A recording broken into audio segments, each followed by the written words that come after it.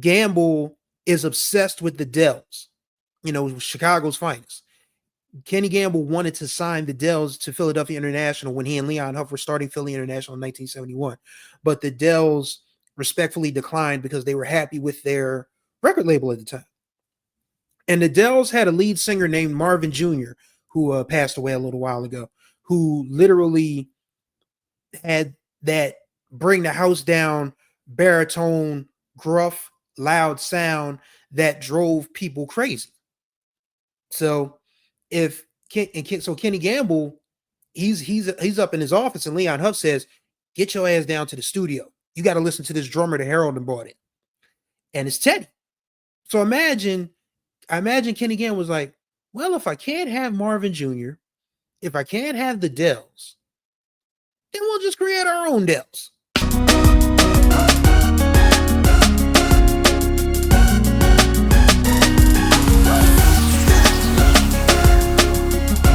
What's going on, everybody? You're right on time for another ride on the Groove Line, and this is day number 20, 2/3 of the way done of the BMM 30 series here on the Groove Line Music Podcast. My name is Chris Stevens. I am the host of this show and the conductor on this train. Hopefully, you all are doing well out there.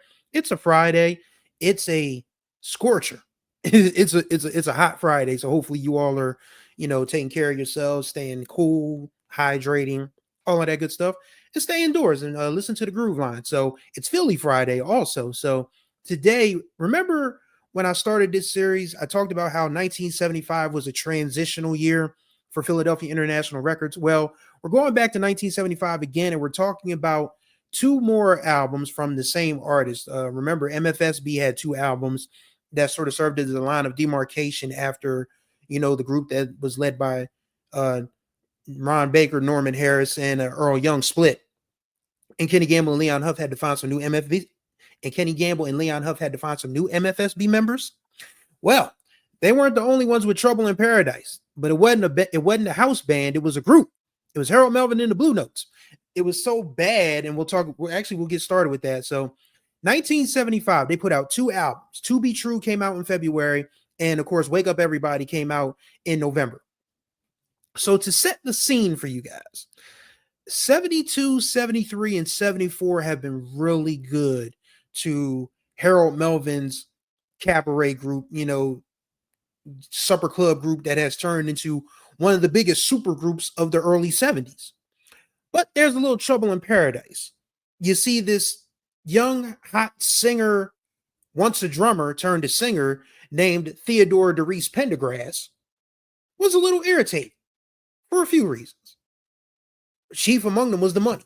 But chief among those concerns also was the fact that people always confused him for Harold because, well, it was Harold's group, Harold Melvin and the Blue Notes.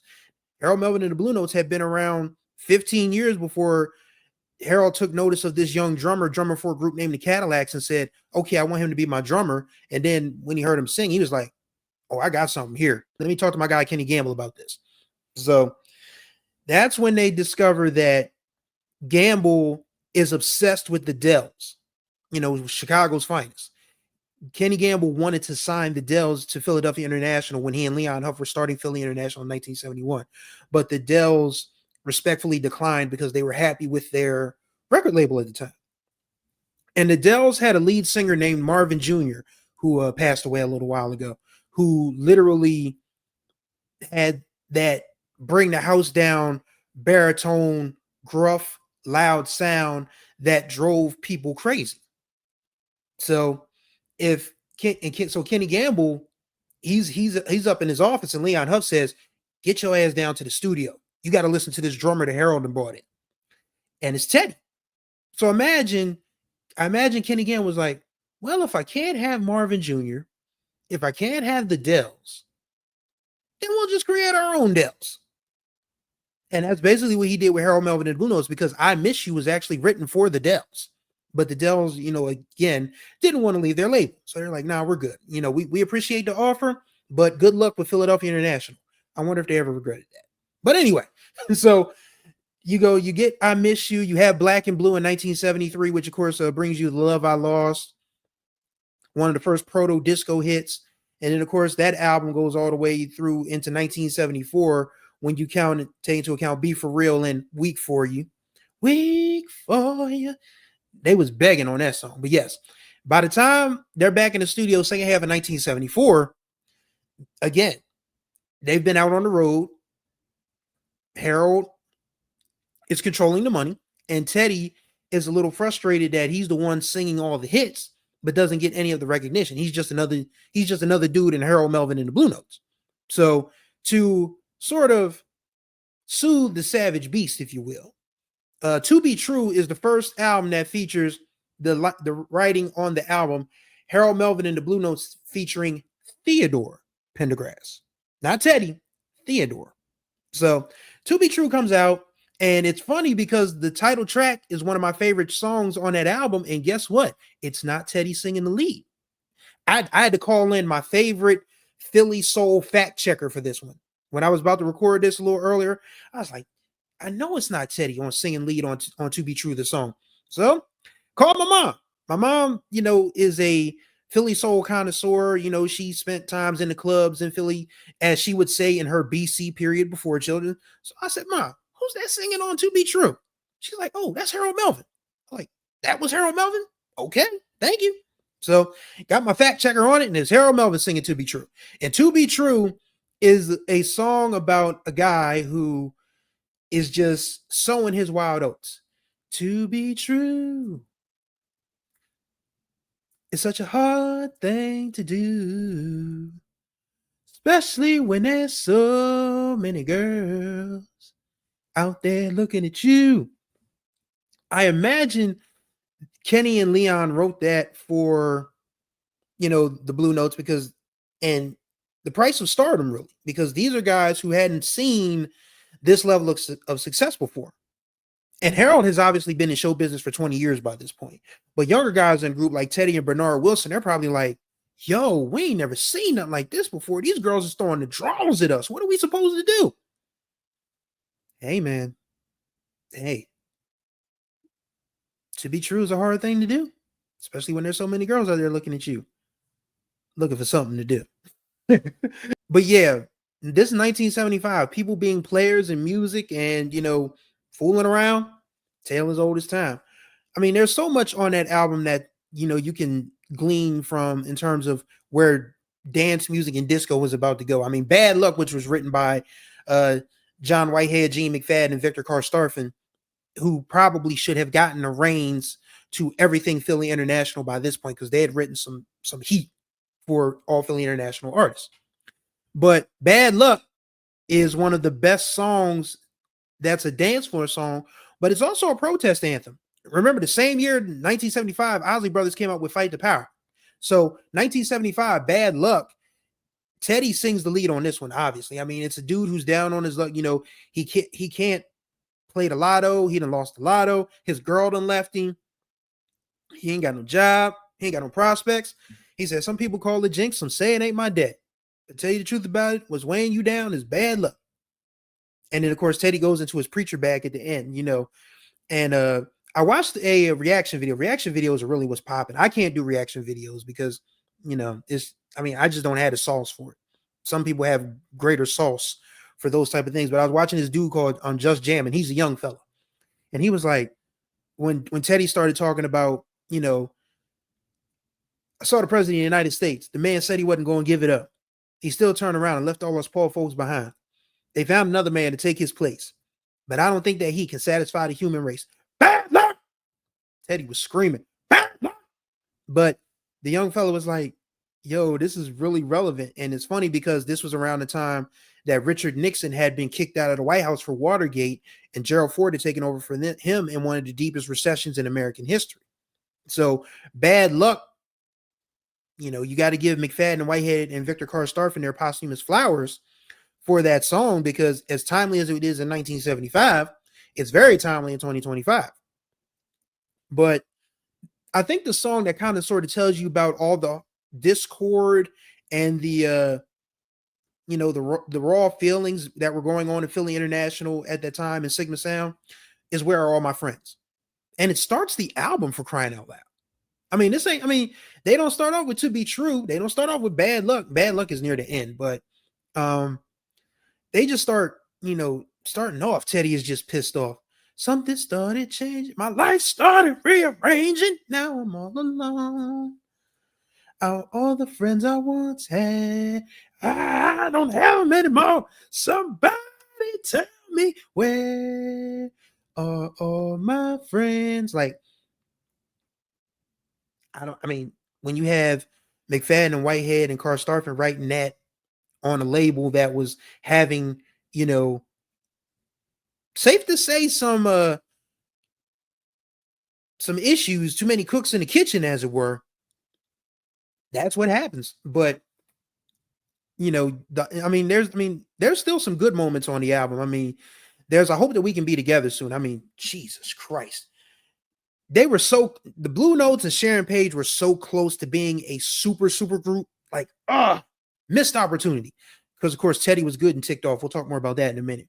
But Sharon Page, she gave this group a classy female sound, kind of like what Dionne Warwick was doing for the Spinners at the same time. But I hope that we can meet together soon. I mean, this is Harold again. I mean, like, once I figured out that my mom told me Harold was the only one that sang leads other than Teddy when Teddy and Harold were in the group together. So I was like, okay, that makes sense. So you got Harold on there, you got Sharon on there, and then you got Teddy coming in on the chorus in the second verse. I mean, near the end of the second verse. Hope that we can be together soon. Like, just that longing, that yearning for companionship and romance and intimacy. Those type of R&B records don't exist anymore. Not in the public, not in the pop space.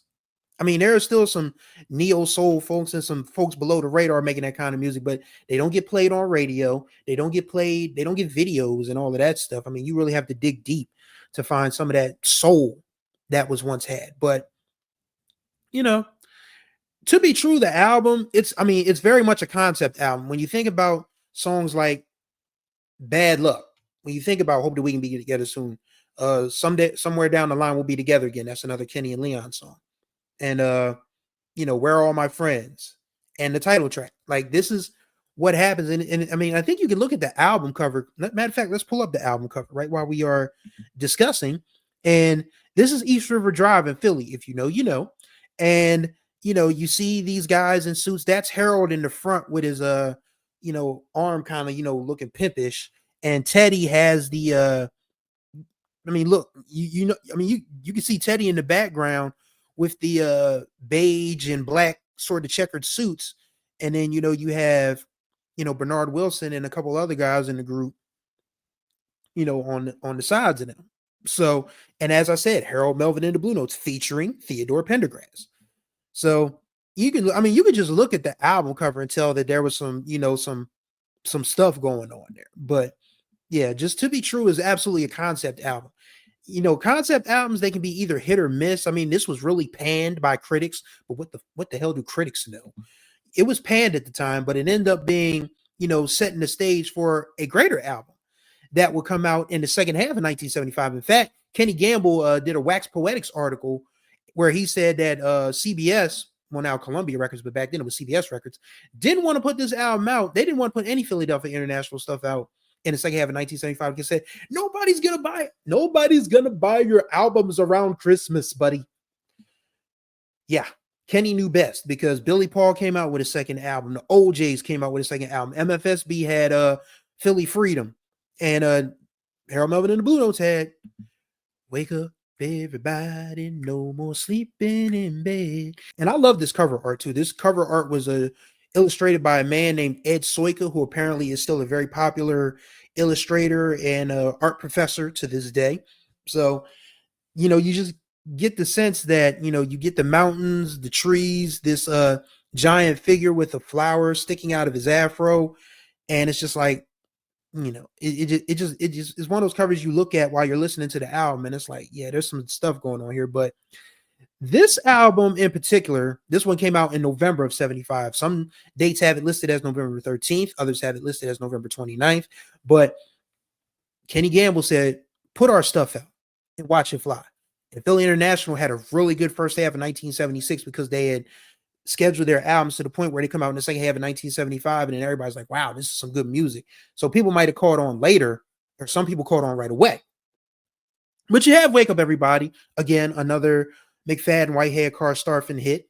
And it's the song that tells you everything you need to know about what Kenny Gamble's social justice, his philanthropic ambitions were at the time. Like Philly International ended up doing a song in 1977 called Let's Clean Up the Ghetto. So Kenny Gamble has always been civic minded. I mean, I called it Hotep-ish in the previous episode, and I need to walk that back. I mean, some of the ways that, things turn out, it seems kind of Hotepish, but yeah, Kenny Gamble was always very civic minded. And, something like Wake Up Everybody was just the perfect type of song for what was going on in America in the 70s. I mean, again, in the throes of the deepest recession ever that this country's ever had. And then, of course, you got the bicentennial coming up where everybody's like, America's great. I mean, in fact, Curtis Mayfield even did an album called 1975 called There's No Place Like America Today. And there's this happy picture, this lily white family in a car while black people are standing in the welfare line or the unemployment line or the child line or whatever it was in 1975. So artists and producers and labels, definitely black labels especially, used to, be about something, saying stuff when it came to social justice and, political matters and things of that nature. Wake Up Everybody was no different. I mean, this album has a lot of good stuff on it. Tell You How I Feel About You, the original version of Don't Leave Me This Way, which of course became a disco smash by Thelma Houston. I mean, you listen to the version where Teddy sings it, it's not all that much different, but the Motown version done by Hal Davis, it's just sped up like a few 10, 20, 30, 40 BPMs. Because that's what you need. Disco required you to be on the dance floor, and you needed to be sped up. So that's why people were back in those days. But the version of the version of Don't Leave Me This Way that Teddy does, it's not a bad version. I mean, it's the original, so I mean, it deserves the credit. And so Kenny and Leon made a ton of money off of that record because you had the original version, which did well on the charts, and then you have Thelma Houston's version that just takes off into the stratosphere. So you get these incredible records, and you have Sharon Page on here twice. She closes out the album on her own, actually, with a song "Looking for a Love." It's not the Bobby Womack Valentino's version of "Looking for a Love," by the way. It's a wholly different song. And then, of course, you have one of my favorite Sound of Philly, Quiet Storm bedroom bangers. You Know How to Make Me Feel So Good. Like, it's, oh my God, this is another one of them songs that, summer night love making ready. The steam and the sweat coming off of y'all when y'all are Lord have mercy. You know how to make me feel so good. Unbelievable. Some really, really good. That's a really good song. I just love the chorus on that when Sharon just ascends. I've been waiting all of my life for someone like you. And here comes Teddy growling. I'm so glad I got you, babe. Believe me, I'm glad you're mine, all mine. And they just, that song just does a number. But my favorite song on this album, it's another Kenny Gamble Leon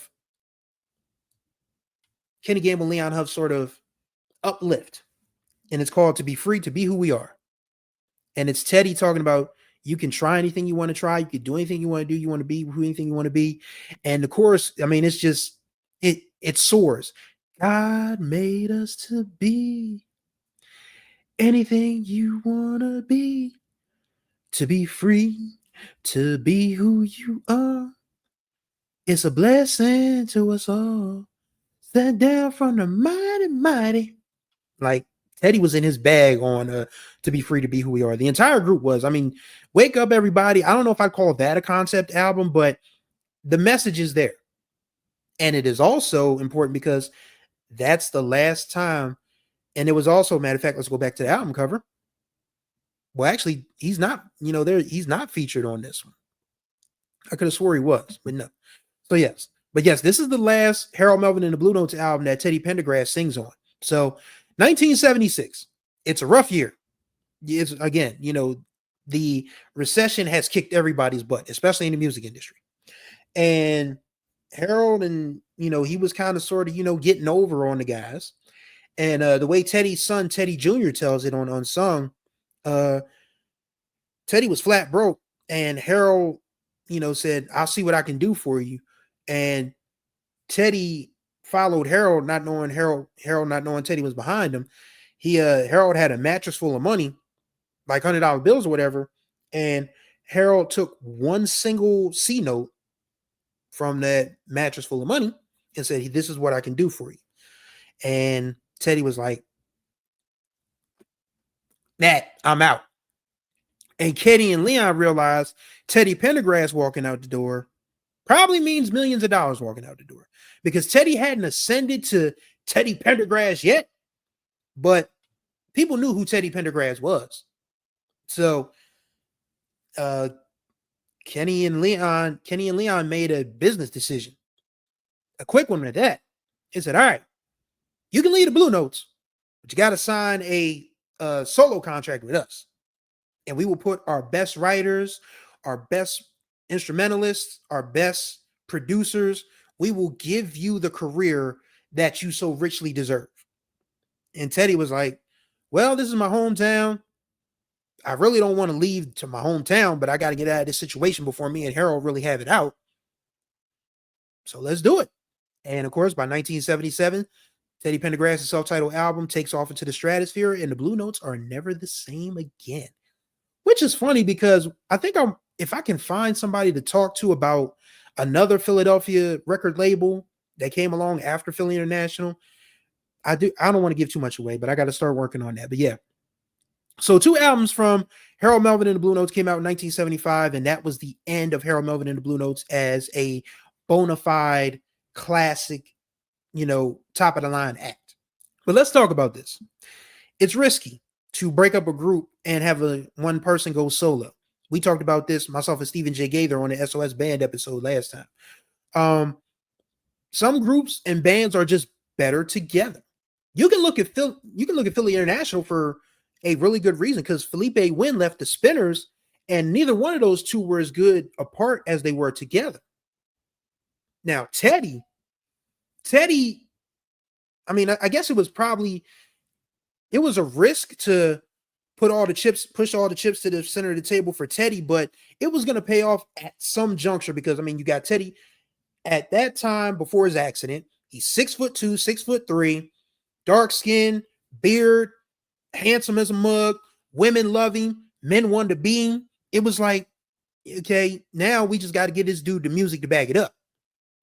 And when you think about, how that album starts off, I mean, there's still something about it that's very, preachy, I'll say. I mean, somebody told me to deliver this message. I mean, I've come to love that song over the years. I mean, I think I've tapped into my spirituality enough to where that song doesn't scare me anymore, because it scared me as a young adult. And then, of course, you have You Can't Hide From Yourself, and, I Don't Love You Anymore. One of the most upbeat breakup songs ever recorded. I mean, we talk about Before I Let Go by another Philly legend, Frankie Beverly, and Mays, but I Don't Love You Anymore, Teddy was prancing. I don't love you anymore. It's just that simple. No, no, no, not like before. Such a shame. Dirty shame. Like, Teddy was happy to be out. Deuces. I'll send you your money every month. You can depend on that. You better believe that you can. But we can't be together. Like, he was happy to be gone. And I think that was probably a subliminal at Harold and the Blue Notes. I mean, it very well could have been. I mean, Kenny and Leon wrote that as a breakup song, but I'm quite sure Teddy took that into the studio and said, "I'm singing to that no good bleepity bleep Harold Melvin." It's possible, but yeah, 1975, again, a very transitional year. I mean, the early days of Philly International, it seemed like everything was going well. Then 1975, 76 comes around. Then you've got all these problems, and they made it to the end of the decade, but it wasn't very long before you get into the early 80s, and Philly International is a thing of the past, which sucks, because there was so much good music to come out of that, group of MFSB, Kenny Gamble, Leon Huff, Tom Bell, and all those writers, all those producers, all those instrumentalists. But more money, more problems, man. And Harold Melvin and the Blue Notes were no exception. To Be True and Wake Up Everybody just give you great insight into what was going on, not just with the group, but with Philly International Records and Philly Soul at the time. And just listen to those and you can just tell that Trouble was, if it wasn't around the bend, it was pretty doggone close. And that's going to do it for day number 20 of the BMM 30 series here on the Groove Line. Greatly appreciate y'all for watching and listening. Don't forget to like and comment on the videos so the algorithm can pop and more eyes and ears can be on this channel. Don't forget to subscribe and tap the notification bell to be notified of all the new content that drops on this channel. So thank you for riding with me on this ride on the Groove Line. Until the next time we ride, y'all be good or be good at it.